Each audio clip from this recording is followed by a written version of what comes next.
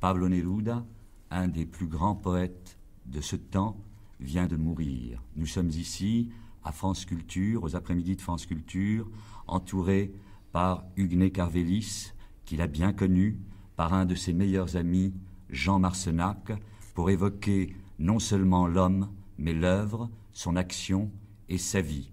Ce matin, José Bergamin nous a téléphoné et voici tout d'abord l'hommage qu'il rend aux grands disparus.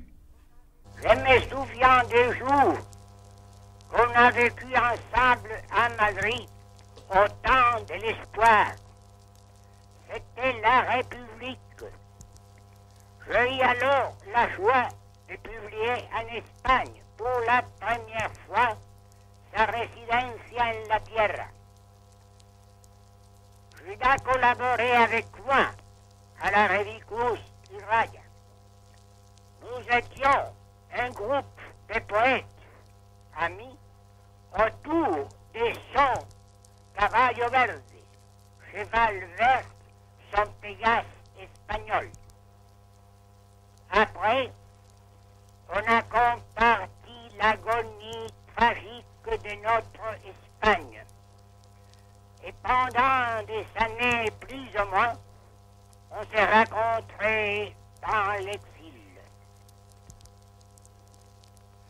Je pense maintenant à sa mort, où il a dû sentir dans sa mort propre celle de sa patrie comme de notre Espagne d'alors, tuée par les mêmes ennemis. Et sa mort devient comme ça pour moi symbolique. Je pense qu'il a dû sentir dans son agonie propre celle de son pays comme un écho de celle de l'Espagne qu'il a tant aimée. Mais je la sens, je dis, symbolique, mort du poète, aussi espagnole qu'américaine, est doublement significative encore de notre espoir par notre mortel désespoir. Et je les vois mourir, prisonniers de ces forces qu'on a précipité peut-être sa mort ou sa plus grande gloire. C'était depuis Madrid par téléphone l'hommage de José Bergamin à Pablo Neruda. Mais en plus, ce matin, Guy Suarez, vous avez téléphoné aussi à Rome à Rafael Alberti. Oui, et voici ce que nous dit Rafael Alberti de Rome. Matilde Urruti. Aunque Pablo Neruda estaba enfermo desde hacía algún tiempo, la tremenda tragedia que ha envuelto a su país. Bien que Pablo Neruda ait été malade depuis un certain temps, la terrible tragédie qui, à ces jours derniers, enveloppait son pays, a précipité sa mort. Confiné dans sa maison de l'île Noire, sans communication possible avec son peuple, cette terrible angoisse imposée au poète a été le couteau, la dernière balle qui l'a achevé. Pour nous, Espagnols, Neruda était notre frère, celui qui porta toujours l'Espagne au cœur depuis les jours pareillement sanglants de la guerre civile espagnole. Le nom de Pablo Neruda sera uni pour toute la vie au nom des grands poètes espagnols, sacrifiés tels que Federico García Lorca et Miguel Hernández, ses grands amis.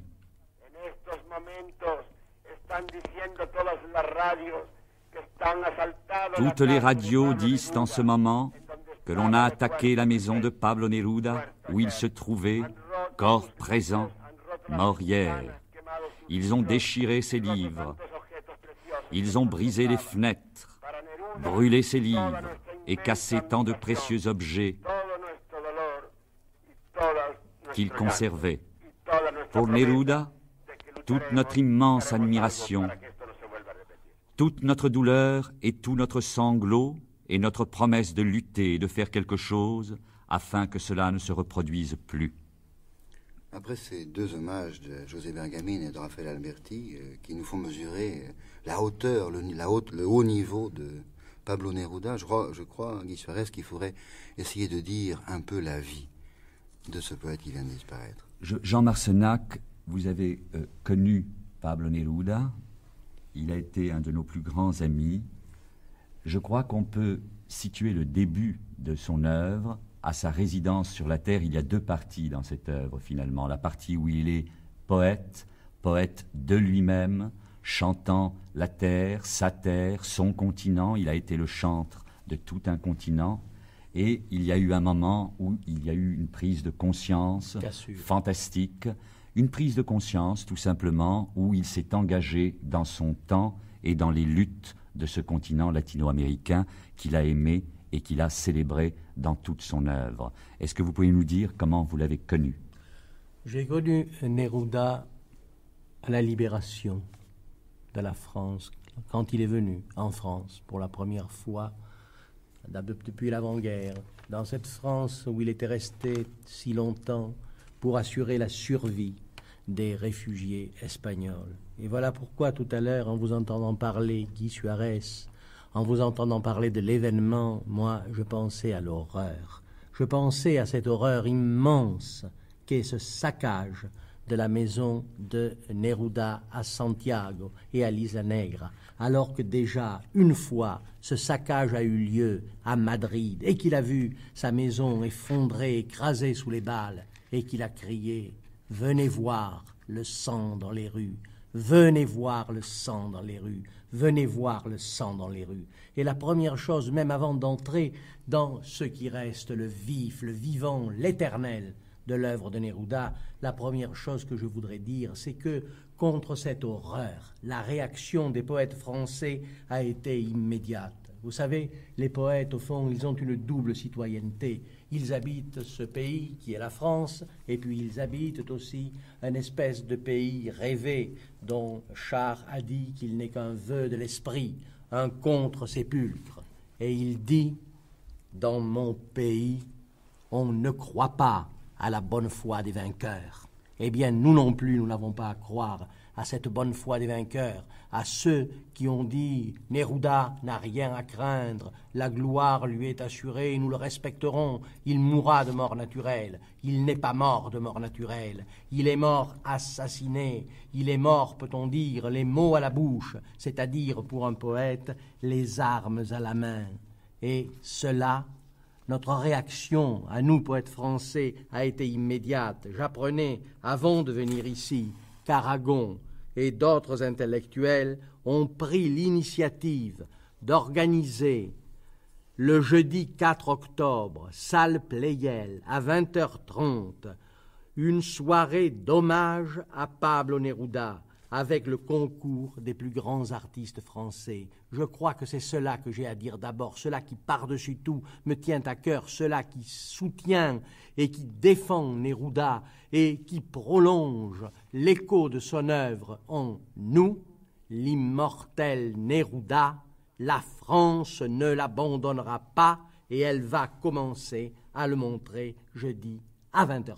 Jean Marcenac, vous avez écrit un livre sur Pablo Neruda, vous connaissez donc bien sa vie. J'aimerais que vous nous situiez un peu cette vie. Alors si vous voulez, maintenant que j'ai fait sa part à la douleur, à l'indignation et à la colère, enfin fait sa part, elle durera aussi longtemps que moi, nous pouvons regarder ces choses d'un point de vue de l'analyse littéraire.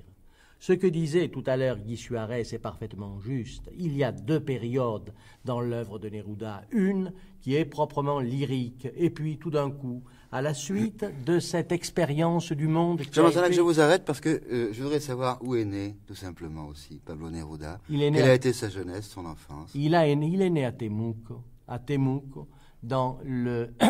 un coin reculé du Chili, un coin reculé, dans le sud, dans l'extrême sud, oui.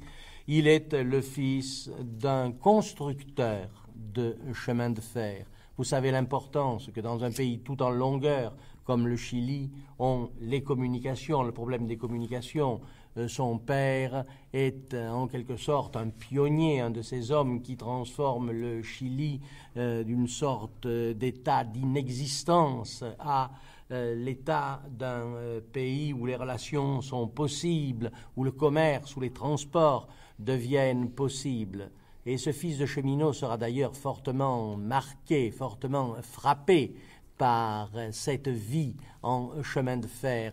Il le dit dans plusieurs poèmes. Je me souviens par exemple d'un contresens que j'avais fait le traduisant avec l'aide de mon ami Bonhomme, où je traduisais le mot tunnel, parce que je trouvais que ça faisait plus noble sans doute. Tu fus seul comme un gouffre, les oiseaux te fuyaient. En réalité, tu fus dans un tunnel, les oiseaux te fuyaient. Voilà quelle était la bonne traduction, celle que j'ai rétablie dans les éditions ultérieures, parce qu'il est évident que pour Neruda, cette vie du chemin de fer a été une chose absolument fantastique. Il a appris à y connaître à la fois la variété infinie du Chili à mesure que s'allongeaient les deux rubans d'acier des rails, et il a appris en même temps, pour la première fois, à y connaître le travail et la dignité des travailleurs. Une semence a été jetée qui a grandi dans le lyrisme et qui ensuite s'est épanouie devant le malheur du monde, expérimenté comme diplomate, et devant l'horreur fondamentale de la guerre d'Espagne, celle de ce que j'appelais tout à l'heure la mutation, le changement.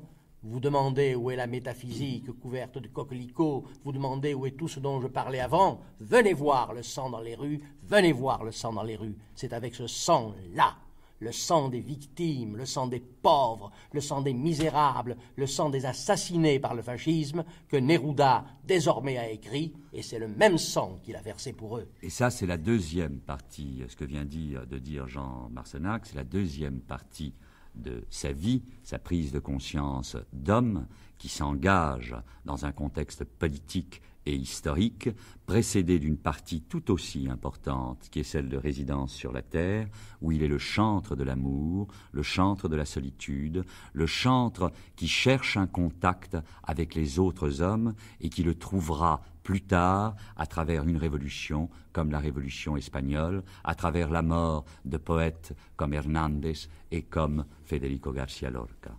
Je voulais vous demander, Guy Suarez, vous connaissez bien Pablo Neruda, vous avez traduit beaucoup de ses livres.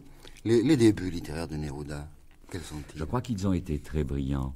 Je crois qu'il s'est fondu tout naturellement, je ne sais pas si Hugues Carvellis est d'accord, à cette renaissance de la littérature espagnole, de cette génération qu'on a appelée la génération de 27-28, avec Lorca, Rafael Alberti, José Bergamin, et que toute cette période qui précède l'éclatement de la guerre d'Espagne, de cette guerre atroce, qui a châtré l'Espagne, toute cette période-là de sa vie est une période pleinement heureuse, une période où l'on se retrouve à Madrid au cours de tertulias, où Lorca lit ses pièces, sa trilogie, où Bergamin amène ses premiers textes, où Hernández est là, où l'on chante, où l'on boit, où l'on mange et où l'on fête cette renaissance de l'Espagne. Car tout de suite, il a pris contact avec Madrid. Mais absolument, Hugues Carvellis. Une question avant. Où a-t-il pris le nom de Neruda et quand a-t-il pris le nom Au de Neruda? départ, Car ce n'était pas son nom. Ricardo Reyes. Où l'a-t-il pris? Neruda est le nom d'un poète tchèque. C'est ça. Il l'a pris au début de sa carrière littéraire? Tout au début. Tout au début. Tout au début. Et qui était ce poète tchèque? Ce poète tchèque est un poète extrêmement connu, qui est un des fondateurs, un esprit de la Tchécoslovaquie et à coup sûr un des fondateurs de la parole tchèque. C'est vraiment un très grand poète. J'ai d'ailleurs chez moi une photographie représentant à Prague Neruda sous la plaque de la rue Neruda. Hugues Carvellis, si vous vouliez dire quelque chose. Oui, d'abord je vais ajouter quelque chose au sujet du poète tchèque Neruda et du poète chilien Neruda, à savoir que l'un comme l'autre étaient des pionniers de la renaissance de leur culture nationale. Et là, je reviens à ce que vous disiez tout à l'heure, Guy Suarez. Il y a en effet dans la première période de Neruda, dans ce qu'il appelle ensuite sa période romantique et sa période européenne, des poèmes et des poèmes d'amour d'une très grande beauté. Oui, les 20 sonnets d'amour, la chanson désespérée.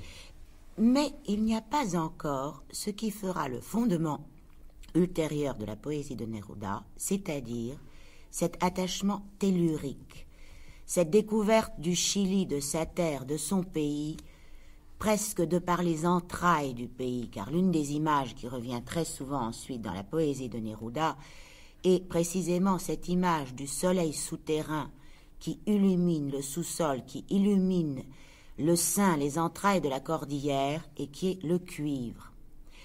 Or, je crois, et je reviens là, à Temuco, à la petite ville du sud, petite ville très isolée, où est né Pablo Neruda, je crois que son enfance à Temuco joue un rôle très important.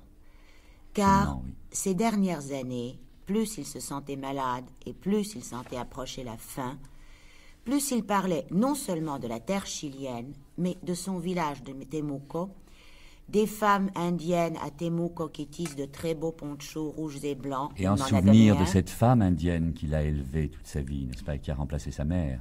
C'est ça, en souvenir de cette femme indienne qu'il a élevée. Et il raconte que c'est là, pendant son enfance, en regardant travailler son père avec des éléments concrets, qu'au fond, il a reçu le goût, qu'il a découvert la vérité de la terre et du sous-sol chilien.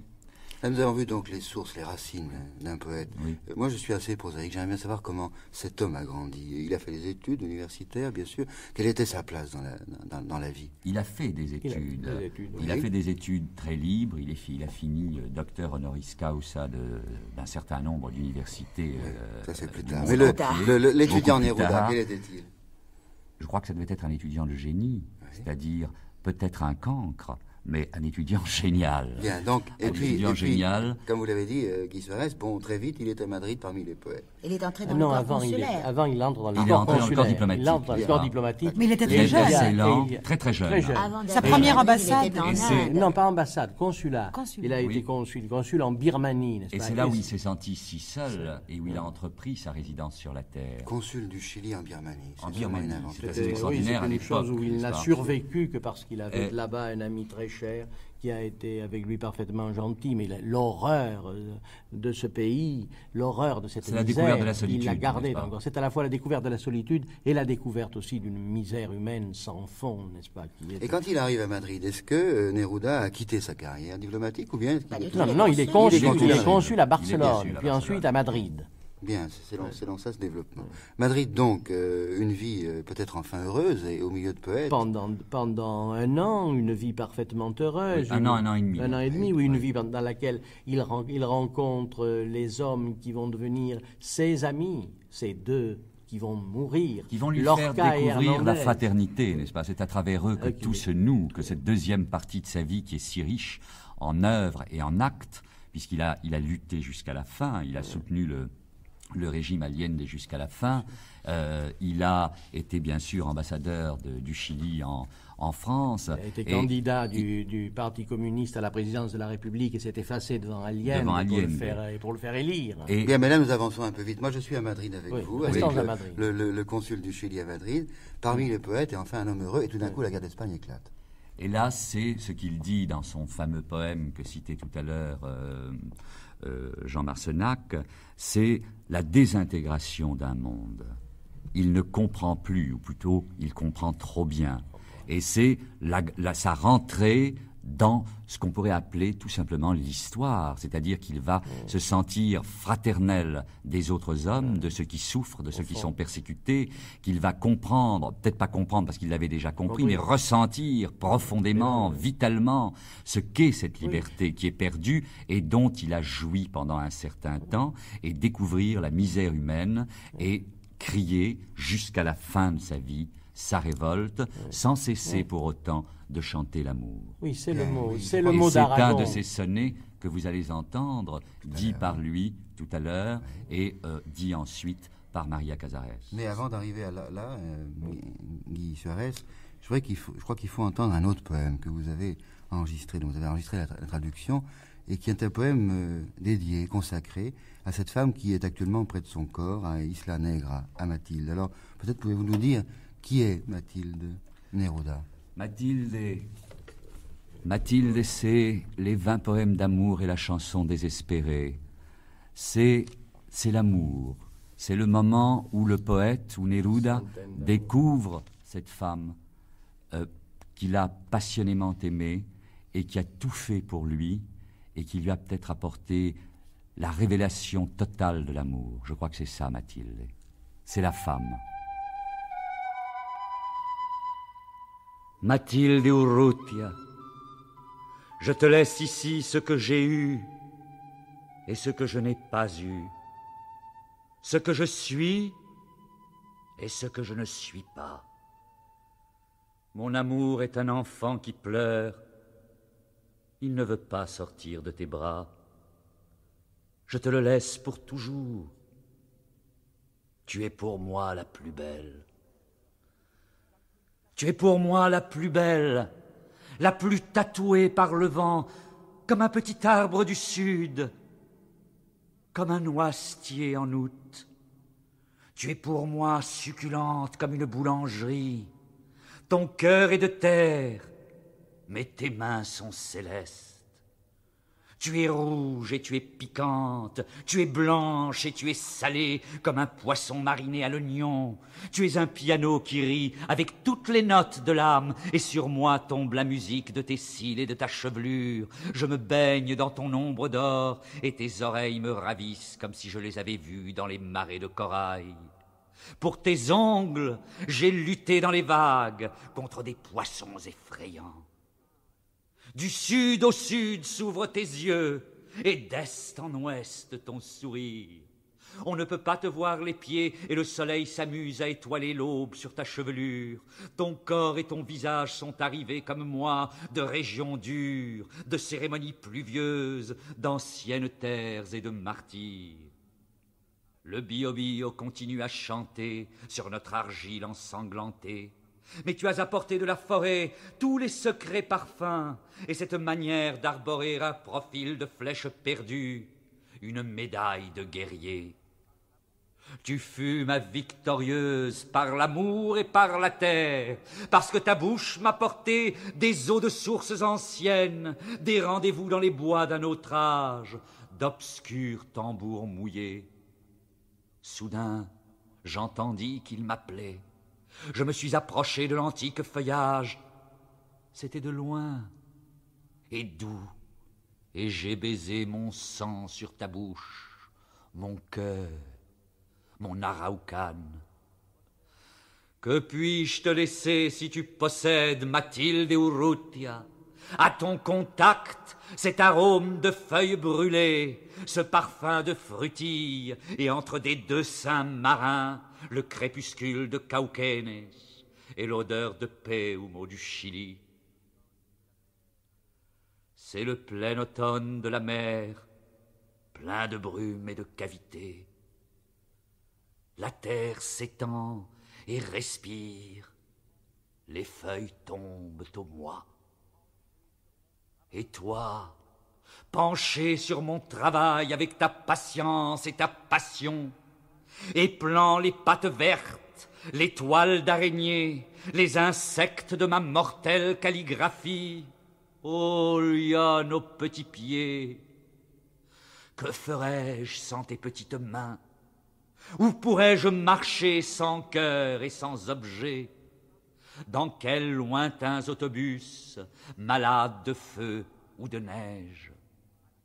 Je te dois l'automne marin, avec l'humidité des racines, et la brume comme un raisin, et le soleil sylvestre et élégant. Je te dois ce cercueil silencieux où se perdent les douleurs et où montent seulement au front les corolles de la joie. Tout, c'est à toi que je le dois. Tourterelle déchaînée, ma petite caille fière, mon chardonneret des montagnes, ma paysanne de Coihueco. Si une fois ou l'autre nous ne sommes plus, si nous n'allons ni ne venons plus, sous cette cape de poussière et les pieds secs de la mort, nous serons ensemble, amour, étrangement confondus. Nos épines différentes, nos yeux mal élevés, nos pieds qui ne se trouvaient pas et nos baisers indélébiles, tout sera enfin réuni. Mais à quoi pourra bien nous servir l'unité dans un cimetière? Que la vie ne nous sépare pas et que la mort s'en aille au diable.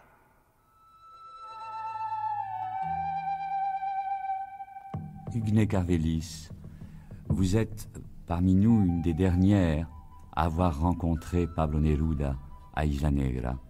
Est-ce que vous pouvez nous en parler? La dernière fois que j'ai vu Pablo Neruda et Mathilde, puisque nous venons d'écouter un texte qui est dédié à cette femme frêle, à cette ancienne chanteuse de cabaret qui est devenue la gardienne du foyer et qui aujourd'hui se trouve seule dans les décombres devant ce cercueil. Je les ai vus tous deux au mois de mars, ou plutôt, je m'attendais à trouver devant la porte de Isla Negra dont j'avais tant entendu parler, Pablo et Mathilde. J'ai trouvé Mathilde seule, qui m'a ouvert les portes d'une maison déjà glacée, où Pablo Neruda ne se levait plus. Mais j'étais là avec l'écrivain argentin Julio Cortázar, et ce qui nous a frappé, d'abord, c'est la volonté de vivre de Pablo Neruda. C'est l'extraordinaire courage, l'extraordinaire vitalité de cet homme qui se savait malade, qui se savait condamné, puisque quand il est parti de Paris à l'automne dernier, il était déjà très malade. Eh bien, malgré cela, Pablo Neruda a commencé par nous parler de la campagne électorale, par nous parler de ce qu'il avait fait dans la campagne électorale, ce qui était pour le moins surprenant de la part d'un homme qui ne se levait plus depuis 3 mois ou 3 mois et demi. C'était à quelques 3-4 jours des élections, et vraiment, Pablo Neruda était suspendu à la radio et à la télévision. Dans cette maison, on ne résonnait plus les voix des amis ni le bruit des fêtes, car tous les amis et toutes les fêtes étaient eux aussi engagés dans cette action qui leur paraissait capitale pour l'avenir du pays. Et c'est là que Pablo Neruda... Il écrivait déjà ses mémoires. Il n'écrivait pas ses mémoires. Il les enregistrait. Déjà à Paris, il consacrait 1 ou 2 heures par jour à enregistrer, ou plutôt à faire enregistrer par un de ses très vieux camarades et amis, ses mémoires, et il a continué à le faire à Isla Negra, je suppose, j'espère, jusqu'au dernier jour, puisqu'au moment où j'y étais, il n'y avait à Isla Negra plus que Mathilde, Pablo, la sœur de Pablo, et cet ami fidèle qui, 2 heures par jour, venait avec un magnétophone pour recueillir ce que Pablo avait à dire. Mais néanmoins, Pablo, couché, avait écrit. Et je vis cet homme semblable aux figures de proue qui l'entouraient, dans cette chambre surélevée, dans cette espèce de cabine de bateau surélevée au-dessus de la mer, où de son lit, par 2 fenêtres à la fois, il pouvait surveiller l'écume, ces rochers noirs qu'il a décrits tant dans ses poèmes, et cette immensité de l'océan Pacifique. Et cet homme me disait, je n'ai pas écrit un livre.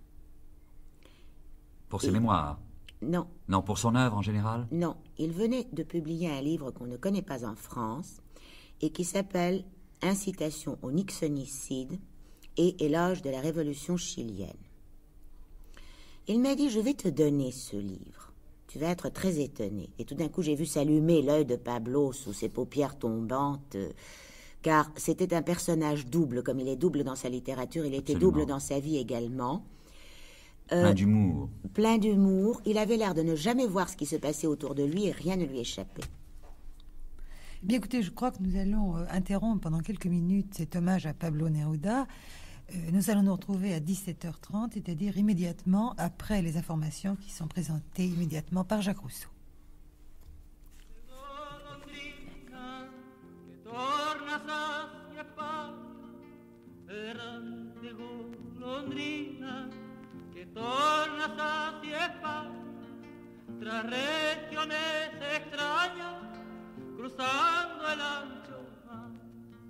Tras regiones extrañas, cruzando el ancho mar, detén tu raudo vuelo sobre mi débil barquilla, pues yo soy un... Les informations, Jacques Rousseau.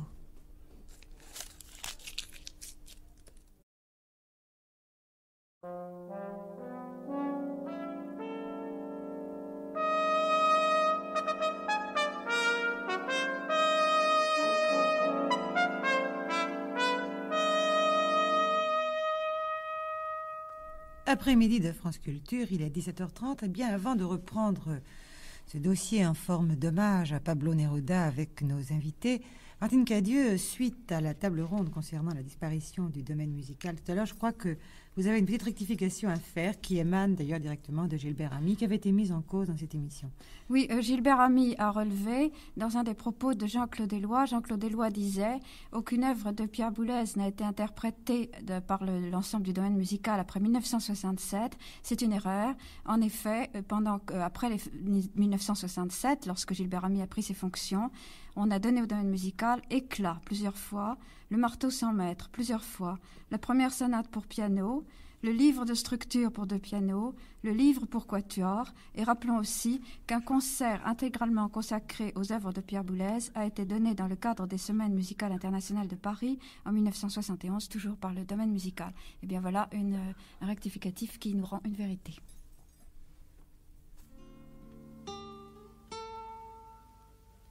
Amor de grano a grano, de planeta a planeta, la red del viento con sus países sombríos, la guerra con sus zapatos de sangre, o bien el día y la noche de la espiga.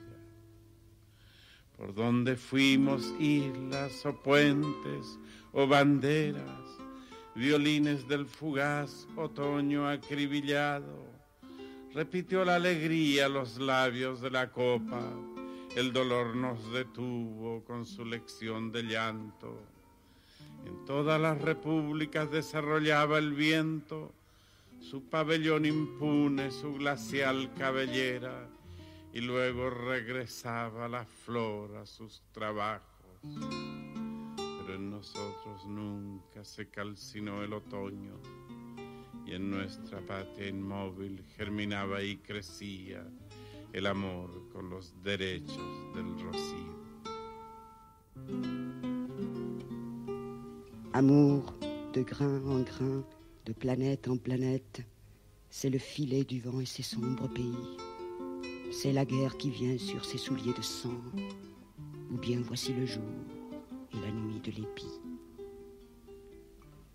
Où nous sommes allés, îles, ponts ou drapeaux, violons de l'automne fugace et accablé, la joie multiplia les lèvres sur la coupe. De sa leçon de pleurs, la douleur nous figea. Le vent déroulait dans toutes les républiques son pavillon impuni, ses cheveux de glace. Et puis, la fleur, après, retournait à son œuvre. Jamais en nous, pourtant, ne fut cendre l'automne. Et dans notre patrie immobile germait, montait l'amour avec les droits de la rosée. Sonnet 28e de Pablo Neruda, d'abord lu par l'auteur, ensuite par Maria Casares, dans l'introduction de Jean Marcenac. Et de Bonhomme, je Et de crois. Bonhomme, et d'André Bonhomme. Guy Suarez. Hugues Gavelis, est-ce que vous pouvez continuer votre séjour à Isla Negra? Oui, notre dernier séjour à Isla Negra. C'était donc, disais-je, quelques jours avant ces élections où l'unité populaire remporta un triomphe qu'elle n'osait même pas espérer. Et nous étions, Mathilde et Julio Cortázar et moi, assis autour du lit de Pablo, car nous prenions le déjeuner et le dîner autour du lit devant ses fenêtres sur la mer. Et Pablo tout d'un coup prit la tête qu'il fait d'habitude quand il veut faire une bonne blague. C'est-à-dire que dans un visage immobile, tout d'un coup un œil pétille. Il se fait apporter par Mathilde un petit recueil, ce petit recueil qui s'intitule « Incitation au nixonicide ». Il nous regarde et il nous dit « Vous savez, je vais vous faire cadeau de ce livre. Vous allez être très déçus. Ce n'est pas de la littérature, mais je sais que ce n'est pas de la littérature. C'est une arme, puisque je suis là inutile, je n'ai pas de jambes, je ne peux pas aller au meeting. On m'a déjà enterré. Le président Allende a dit dans un stade, dans un meeting, que j'étais revenu au Chili pour mourir. Tous les hommes et toutes les femmes qui m'aimaient ont déjà pleuré. Le président Allende est venu il y a 15 jours en hélicoptère avec plusieurs amis jusqu'à Isla Negra. jusqu'à ma retraite pour me faire ses adieux, car je n'avais pas le droit d'écrire un livre qui s'intitule Incitation au nixonicide en étant encore officiellement ambassadeur du gouvernement. Donc, Allende m'a dit, ou bien tu écris ce livre et tu démissionnes, ou bien tu restes officiellement en poste et tu n'écris pas ce livre. Et moi, dit Pablo, la seule chose que je voulais faire, c'est marcher dans les rues, parler aux gens. Alors, puisque je ne pouvais pas le faire, je leur ai donné des slogans. J'ai écrit ce livre comme j'aurais manié un fusil. Et d'ailleurs, dans la préface de ce livre, il dit que c'est une incitation à ce que tous les poètes, morts ou vivants, anciens ou modernes, clouent au pilori de l'histoire le génocide, c'est-à-dire l'homme génocide, qui était pour Pablo Neruda Nixon. Il dit toujours dans cette préface qu'il n'ambitionne aucune délicatesse d'expression, contrairement à ses livres métaphysiques, mais que le temps est venu pour lui, la nécessité est venue pour lui, de se faire un barde d'utilité publique, de se faire maçon et laboureur, et que la nourriture qu'il offre est explosif et vinaigre pour certains, mais bonne peut-être pour la santé de son peuple. Et cette introduction se termine par ces mots, et maintenant, garde à vous, je tire. Il aura lutté jusqu'au dernier souffle pour ce Chili qu'il a tellement aimé. J'écrivais hier, il est mort, lui aussi, les armes à la main, et je crois que c'est vrai. Je crois que c'est vrai. Pierre Descargues, nous avons retrouvé ensemble la définition que donne de lui-même, sa justification, la justification de Pablo Neruda par lui-même dans ce discours qu'il a prononcé au Nobel, le soir où il a reçu le Nobel. Est-ce que vous pensez que nous pouvons l'entendre dès maintenant parce que le Nobel a été la consécration non seulement de Pablo Neruda en tant qu'homme, mais ça a été la reconnaissance de toute la poésie latino-américaine.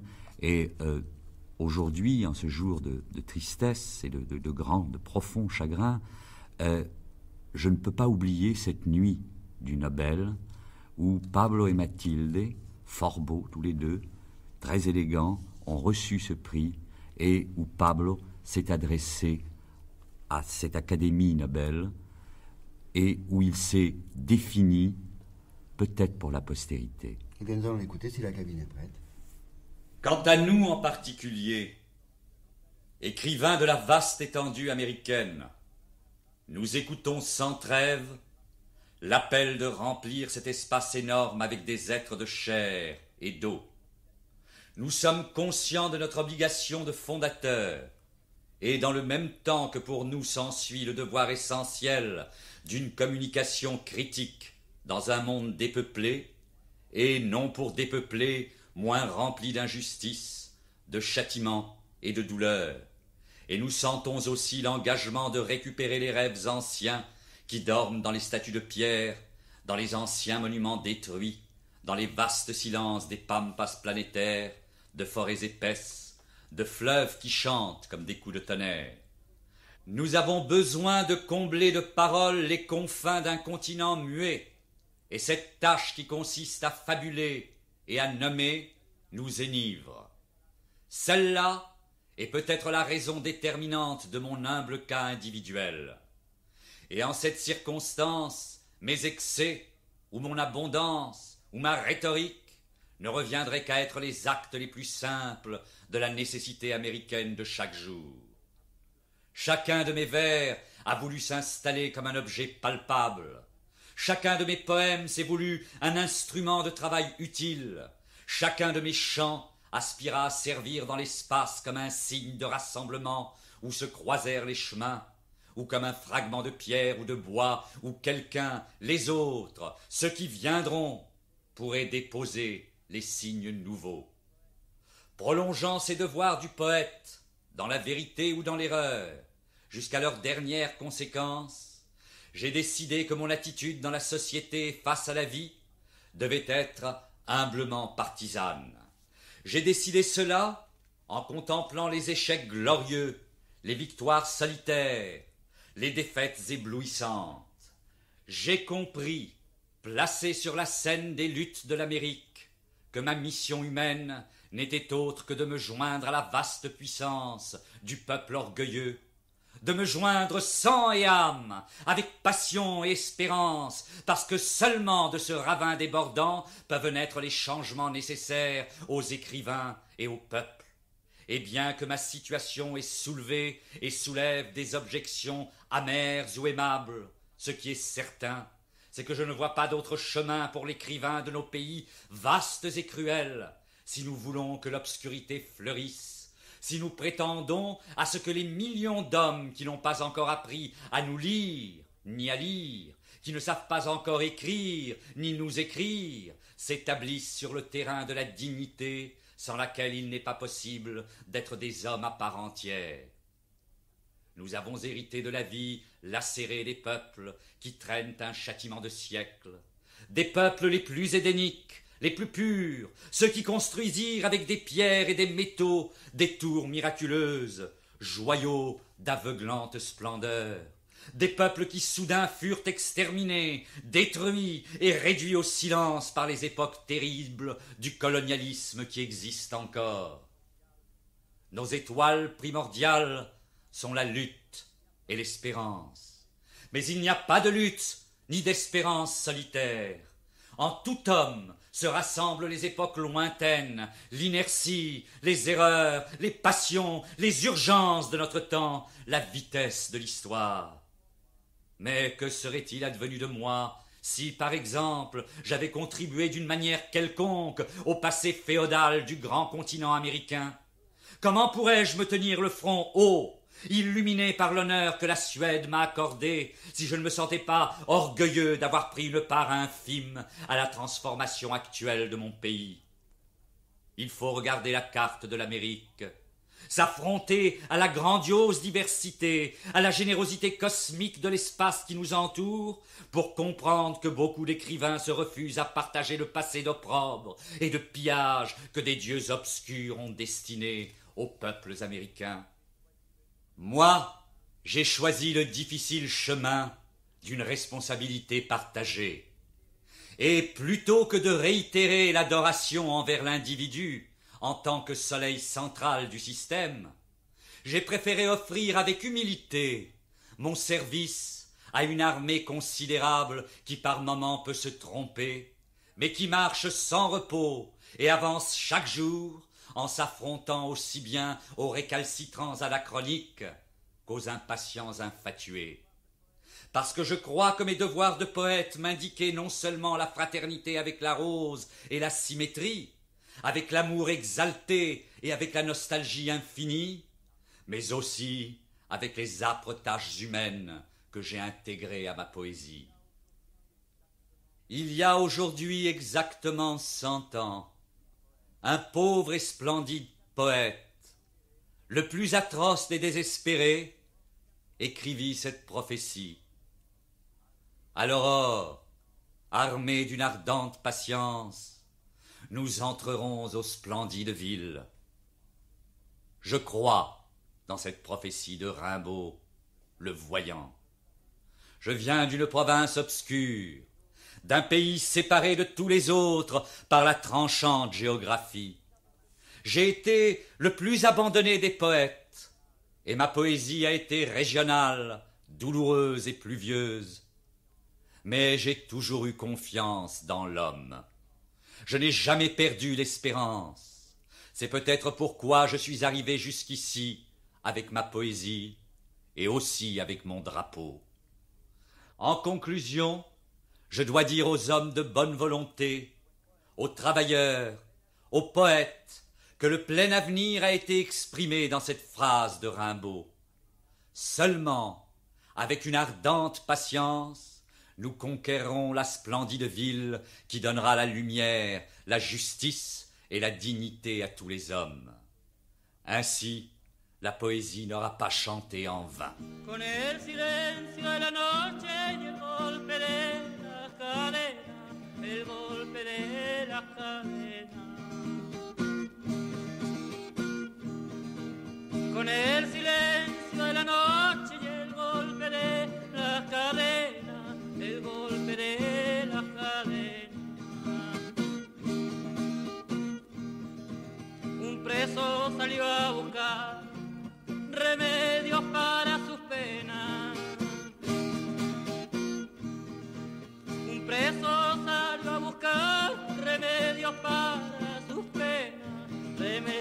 para sus penas.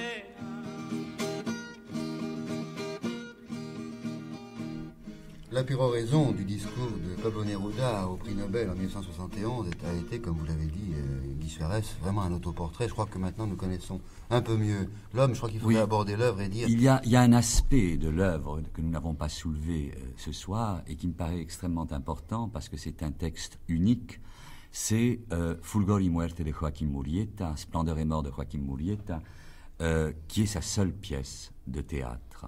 C'est sa seule pièce de théâtre qui a été montée à Milan admirablement dans une traduction remarquable à Milan au Piccolo Teatro de Milano par Patrice Chéreau et qui a été montée au Centre dramatique de Bourgogne, au Centre national du temps de Jacques Fournier par mon ami Alberto Rodi, décédé depuis, et qui avait fait aussi un très beau spectacle. Et je crois que là, c'était aussi une forme de lutte et une nouvelle... J'avais découvert ce texte en Uruguay en 68.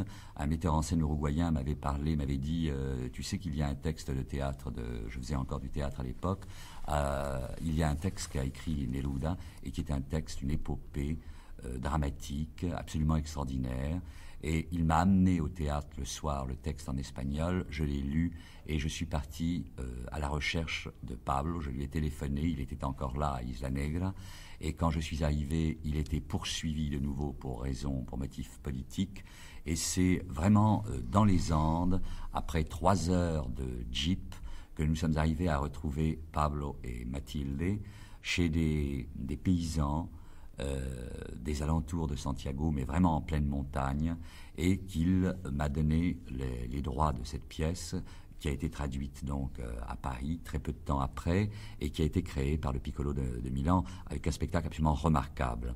Et là, ce qu'il y a d'extraordinaire, c'est que l'homme politique y est complètement engagé. Il raconte dans cette histoire toute simple et toute naïve l'histoire d'un bandit, soi-disant, qui s'appelait Joaquim Murrieta, qui est un héros national d'ailleurs du Chili et qui part à la quête de l'or. Et finalement, en retrouvant ce texte aujourd'hui, je m'aperçois que l'ennemi est toujours le même, que la lutte est toujours la même, et qu'elle ne cesse pas et qu'elle est éternellement recommencée. Bien, nous avons vu donc Pablo Neruda, poète de l'amour, poète du combat. Il était certainement plus vaste encore. C'était un homme qui, je pense, comme le disait tout à l'heure Iñaki Carvelis, c'est en contact avec beaucoup de mystères et particulièrement avec la terre. Alors j'aimerais qu'on parle de Pablo Neruda, poète tellurique ou poète cosmique. Et poète minéral aussi. J'ai l'impression que son chant général, qui est une de ses œuvres capitales, je me dis toujours en relisant le chant général que si c'est Colomb, si c'est bien Christophe Colomb qui a découvert l'Amérique, c'est Pablo Neruda qui l'a créé, qui l'a, comme aurait dit Claudel, interpellé pour la créer véritablement. Le chant général, il se montre là un poète, oui, le mot est là, minéral, où il analyse les métaux, où il analyse le feu, l'eau, le vent, la pluie, et où il se fond à cette nature. Et lorsque je l'ai reçu à la Comédie de la Loire, il y a de ça maintenant près de 4 ans, où il nous avait dit un certain nombre de choses au Grand Théâtre de Tours pour le public de la Comédie, il avait parlé de la mort et de Dieu, bien entendu, car il arrivait aussi, c'est un poète métaphysique, et il y avait un refus total, profond, une révolte de la mort, et qu'il avait l'air de dépasser à certains moments en se disant, au fond, je vais me fondre aux autres éléments, tout en la détestant, tout en la refusant. Il était la nature, et aussi le chantre de la nature, au plan des minéraux, enfin. Pas seulement des minéraux, mais au plan, on peut dire, des 4 règnes. C'est un homme qui a parlé de la terre, c'est un homme qui a parlé du feu, c'est un homme qui a parlé de l'air, c'est un homme qui a parlé de l'eau, c'est un homme qui a parlé de la mer, et c'est essentiellement ce contact avec la nature qu'il a réussi à humaniser. Il est le porte-parole d'une tradition extrêmement forte dans toute la littérature américano-latine qui, je crois, atteint avec lui son apogée, son maximum, et qui est le virginalisme. Une sorte de façon de voir que la nature peut servir à l'homme, qu'elle peut lui servir sur tous les plans, que non seulement on peut la transformer pour en tirer sa nourriture, pour en tirer le maïs et le pain et la viande et le vin, mais qu'on peut aussi en tirer une sorte de force qui vous sera donnée en surcroît de votre force humaine. Neruda, c'est celui qui a voulu à la fois avoir des frères, être un citoyen du monde, au sens où ce monde est un monde humain, et être un citoyen de la terre, au sens où cette terre est composée des anciens dieux, composée par les anciens dieux. Et il y a un côté... J'aimerais, excusez-moi, oui. que nous dise un peu comment se situe littérairement Pablo Neruda dans la littérature mondiale. Est-ce qu'il est un phénomène purement latino-américain, ou bien est-ce qu'il a des relations avec la littérature européenne? Il part, je crois, de la latino-américaine. Je crois qu'un poète de la dimension de Pablo Neruda est toujours un poète mondial. Absolument. Mais on est un poète mondial que lorsqu'on a des racines, soit intellectuelles, soit, comme dans le cas de Neruda, appelez-les cosmogoniques, telluriques, ce que vous voudrez, des racines où on se sent frère des éléments et frère des éléments naturels. C'est ça la latino-américanité de Pablo Neruda, mais c'est aussi la racine de son universalité. Je crois qu'il faut ajouter que nous avons oublié de parler de quelque chose d'important, c'est de l'amour de Pablo Neruda pour la littérature française. Absolument. Et pour la France. Rimbaud dans France. son discours, d'ailleurs. Oui, Charles d'Orléans, Ronsard, oui, Ronsard, Rimbaud, Baudelaire. Et il allait chaque fois qu'il venait à Paris, nous en parlions tout à l'heure, Iné Carvelis, il allait à un hôtel du quai Voltaire où Baudelaire avait habité, il demandait la chambre où Baudelaire avait séjourné. Il a adoré la France d'abord, et ses poètes ensuite, et il les a chantés. Il a été profondément marqué par toute la littérature française. Il a fait également plus que cela. Il a fait une chose, je m'excuse de vous couper la parole, cher ami, mais il a fait une chose que l'on ne sait pas. La bibliothèque du département de français de Santiago du Chili est une bibliothèque qui est constituée en grande partie par les achats qu'a fait Neruda. Je l'ai accompagné fréquemment chez des marchands d'original à Paris, acheter des livres dans lesquels il employait tout le peu d'argent qu'il pouvait avoir. Il n'achetait jamais un exemplaire, il achetait toujours 2 exemplaires, et c'est ainsi que l'université de Santiago se trouve sans doute avoir une des dotations les plus riches qui soit d'original française. Il avait un amour efficace et réel de la France. Il n'était pas de ceux qui parlent de la France, il était de ceux qui agissent pour la France, et voilà pourquoi la France doit lui être éternellement reconnaissante et doit prendre aujourd'hui Mathilde Urrutia de Neruda sous sa protection.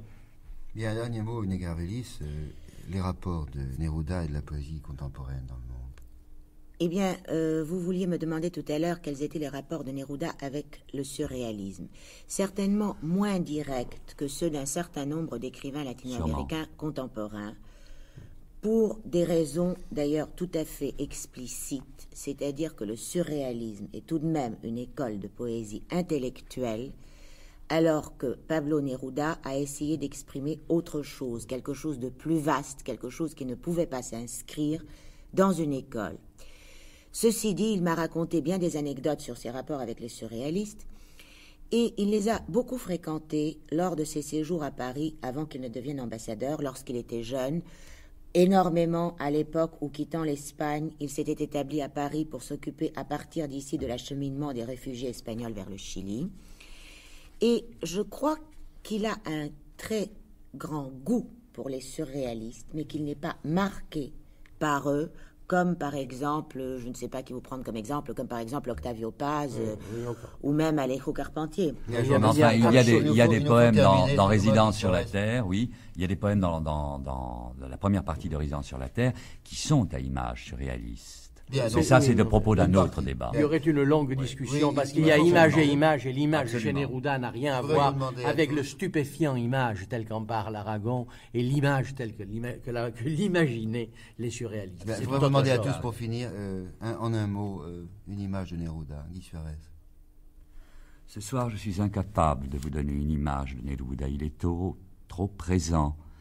Et je crois que maintenant, après tout ce que nous avons dit, et après peut-être avoir entendu son testament d'automne, Je crois qu'il vaut mieux faire silence. Alors nous allons tous, si vous le voulez bien, faire silence et écouter le Testament d'automne de Pablo Neruda.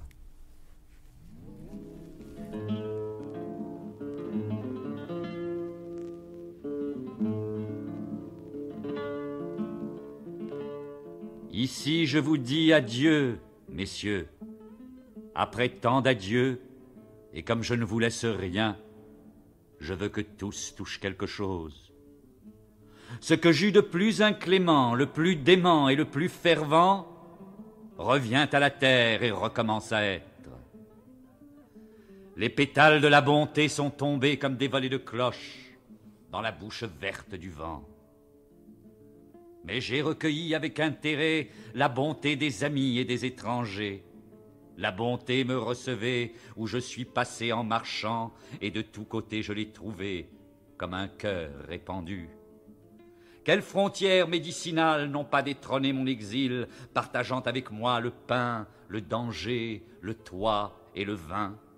Le monde a ouvert ses futaies, je suis entré comme Jean dans sa maison, entre deux haies de tendresse. J'ai autant d'amis dans le sud que j'en ai dans le nord.